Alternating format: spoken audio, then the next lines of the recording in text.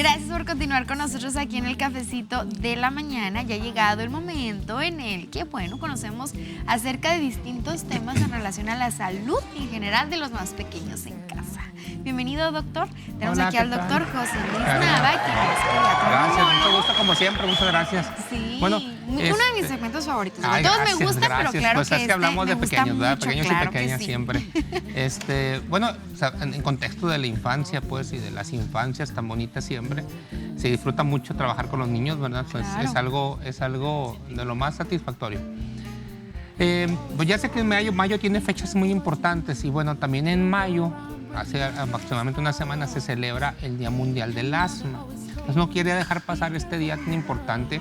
Obviamente sé que tiene otros días, como el Día de las Madres y todo esto, ¿no? Pues el Día del Maestro. Pero bueno, no nos olvidemos que en mayo es el Día Mundial del Asma y hay muchos millones de niños que padecen de esta enfermedad, ¿verdad? En el mundo.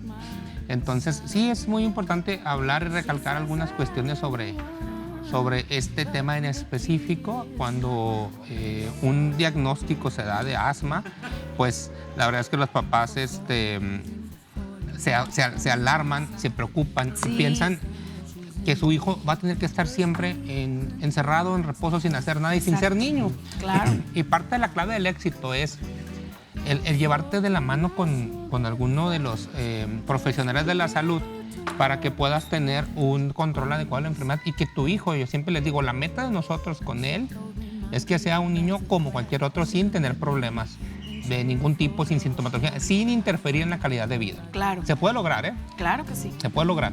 Aquí que lo importante es de la mano de tu médico de cabecera, de tu neumólogo, de tu alergólogo para llegar al control de la enfermedad. Hay muchos niños que a través del tiempo caen en remisión. ¿Qué quiere decir en remisión del asma? Porque a veces ya no se habla tanto de la curación del asma, sino de la remisión.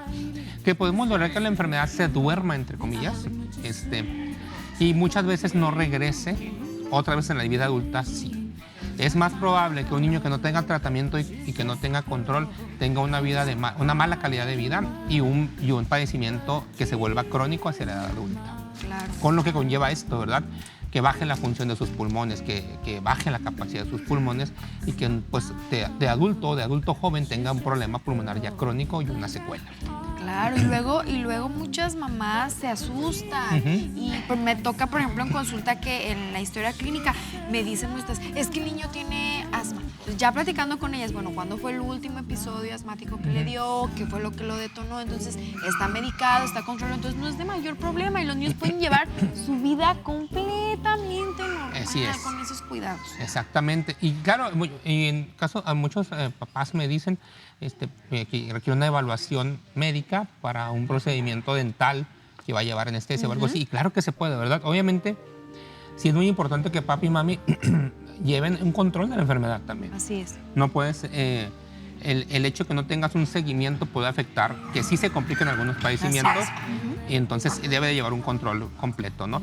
Y lo que mencionaba, ¿no? Incluso el tener una boca llena de caries sin tratamiento también puede ser un detonante para enfermedades infecciosas o para descontrol de enfermedades crónicas como el asma, por ejemplo. Entonces, van de la mano. Sí, todo va de la mano, exactamente.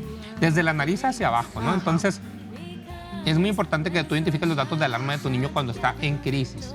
¿Sí? Si tu hijo se la pasa en crisis o descontrol como esta, que es agitación, dificultad para respirar, episodios repetidos de pillido del pecho, chiflido, a cada rato esté usando el inhalador, leemos nosotros el de rescate, el que lo ayuda en crisis, eso no es una buena señal.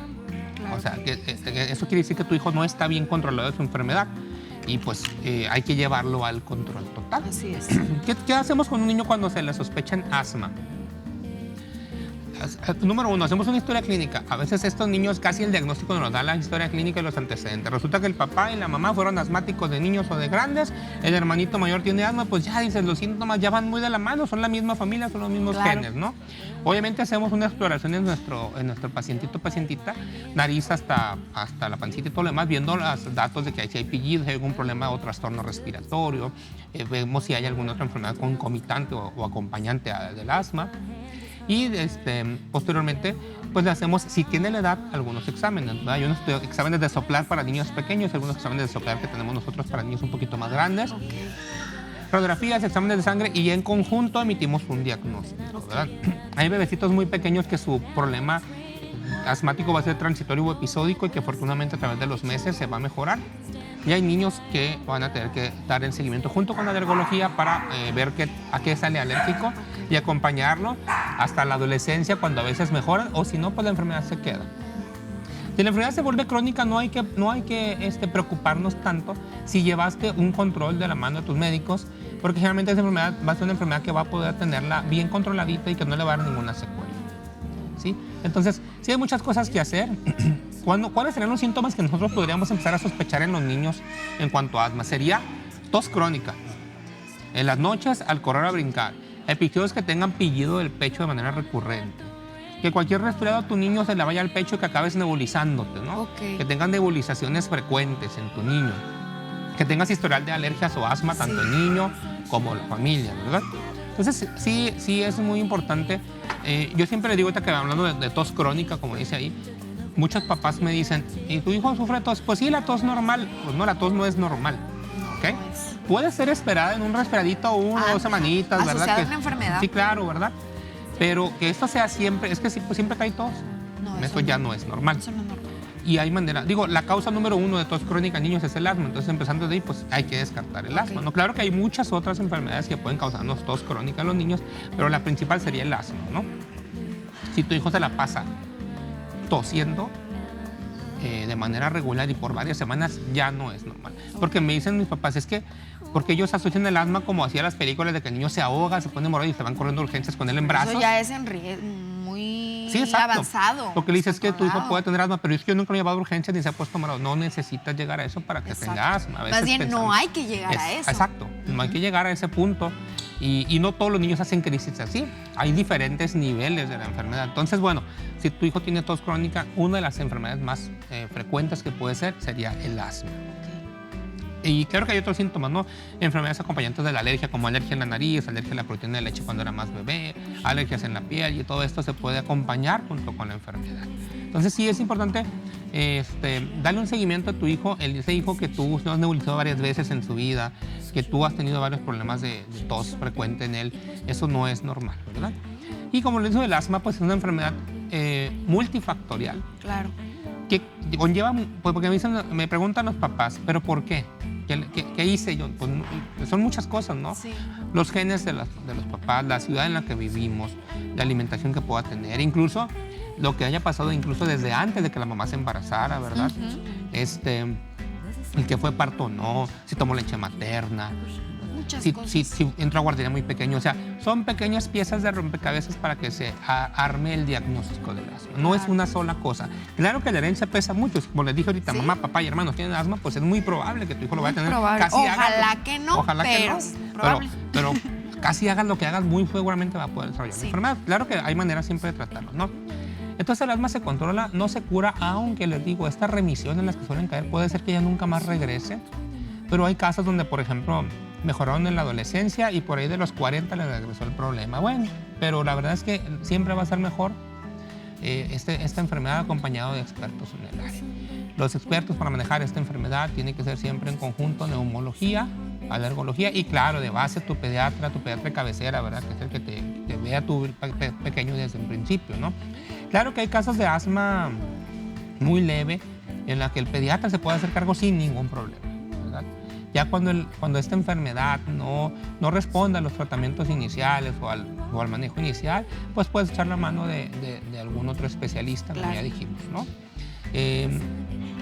No se queden con la duda, siempre si tienen alguna duda en la cuestión de la salud de sus hijos, esa tosecita que nomás no, es mejor que lo chequen, ¿verdad? Porque pueden ser desde un problema muy sencillo hasta un problema más complicado, ¿no? Y también incluso ahí entra la importancia de todas las consultas de revisión, de control, tengan o no tengan una enfermedad, es importante acudir con nuestro médico cada cierto tiempo. ¿Para qué? Pues para vigilar el desarrollo, el crecimiento y si existiera ahí alguna situación que a lo mejor desconocemos y comenzara, pues poderla atender de manera oportuna, que es lo más importante, la prevención. Y no nos olvidemos de los adolescentes, ¿verdad? Es como una brecha generacional ahí que a veces, como son muy aguantadores, Y son los que a veces más me preocupan. Digo, me preocupa el Sí. más pequeñito porque como tiene los pulmones muy pequeños es más fácil que se complique. Pero el adolescente a veces aguanta. Llega al consultorio, o sea, yo he visto que llegan como, ¿cómo te sientes? Muy bien. Pues no traigo nada. Y ya lo pones a la oxigenación un poquito baja, le escuchas el pecho bien cerrado. Le dices, lo que pasa es que tus pulmones ya crecieron y aguantas más, pero no estás Sí, bien. A ver, ven, exacto. tócale aquí. Mira, estás cerrado, estás inflamado. Pues realmente hay que, y como ya no se queja mucho, y otra de las cosas que pasan es que cuando son niños pequeños, nosotros como papás, ahí estamos dando el medicamento, tómate tu estamos medicina, encima. Ajá. y ponte tu inhalador, y ya cuando es adolescente, como que le das un poco más de responsabilidad y libertad, y no se los ponen los inhaladores. Y ellos entran hasta en una rebeldía, lo sabemos, y hasta les da vergüenza ir precisamente con el pediatra, porque Sí. dicen, pues si yo no soy un niño, ¿por Sí, qué voy a ir? claro. A mí me pasa mucho Sí. en consulta. Digo, pues bueno, mi día a día es con batas de personajes y a veces me toca algún paciente adolescente y se me queda viendo así Bueno, como sí. que, ¿y tú por qué vienes disfrazada a atenderme a mí? Pero no, pues hay que darles una atención oportuna y ni modo. Claro. Todavía son unos Hay que niños. recordar que de los 12 a los 18 años siguen siendo adolescentes y el adolescente todavía pertenece al área o al rubro de la pediatría. Así es. Entonces, no nos olvidemos de ellos. Es una edad difícil porque están cargando cuestiones emocionales, psicológicas, problemas escolares, desarrollo, rebeldía, bueno, tantas cosas, pero la salud física, obviamente la salud emocional y psicológica de ellos es mucho más importante también. Pero la salud física también, porque yo siempre les digo, se enferman y se curan solos, pero Claro. no nos confiemos tanto, siempre hay que estar atentos a ellos. Así ¿sí? es. Y bueno, con eso terminamos nuestro tema. Como siempre, en pro del Día Mundial del Asma, nos acordamos de platicar esta ocasión. Cualquier duda que surja por ahí de temas que les interese, manden ahí mensaje directo o inbox a la página y podemos desarrollar algo que les interese. En esta ocasión no quise dejar pasar esta fecha. Claro. ¿sí? Pues ahí está, ya lo complementaremos el día de mañana, doctor, Claro. precisamente con la cuestión bucal y el asma. Pues Claro muchas que gracias, sí. es un tema Nos muy vemos. interesante y Gracias. justamente, doctor, si nos gustaría alguna consulta, iniciar pues obviamente con la atención pediátrica en nuestros niños, ¿dónde Claro. lo podemos encontrar? Claro que sí, estamos en el Hospital Ángeles, consultorio 315. Ahorita tenemos las agendas un poquito llenas, pero en esta época del verano hay un poquito más de oportunidad de ver Sí. padecimientos. Estoy enfocándome en lo meramente respiratorio, pero como somos Ok. un grupo muy consolidado, que tenemos varios pediatras de varias especialidades donde Excelente. podemos atender cualquiera de sus padecimientos que se requieran. ¿Vale? Excelente, pues ahí están apareciendo los datos en pantalla. Tomen una foto, téngalos a la mano. Nunca está de más tener el contacto de un Gracias. pediatra. Se nos puede ofrecer en cualquier momento. Pues Gracias. doctor, muchísimas De gracias. nada. Nosotros seguimos Nos vemos. aquí en el cafecito Hasta de la luego. mañana, pero nos vamos a una pausa y regresamos. No se vaya que le tenemos mucho contenido. Gracias.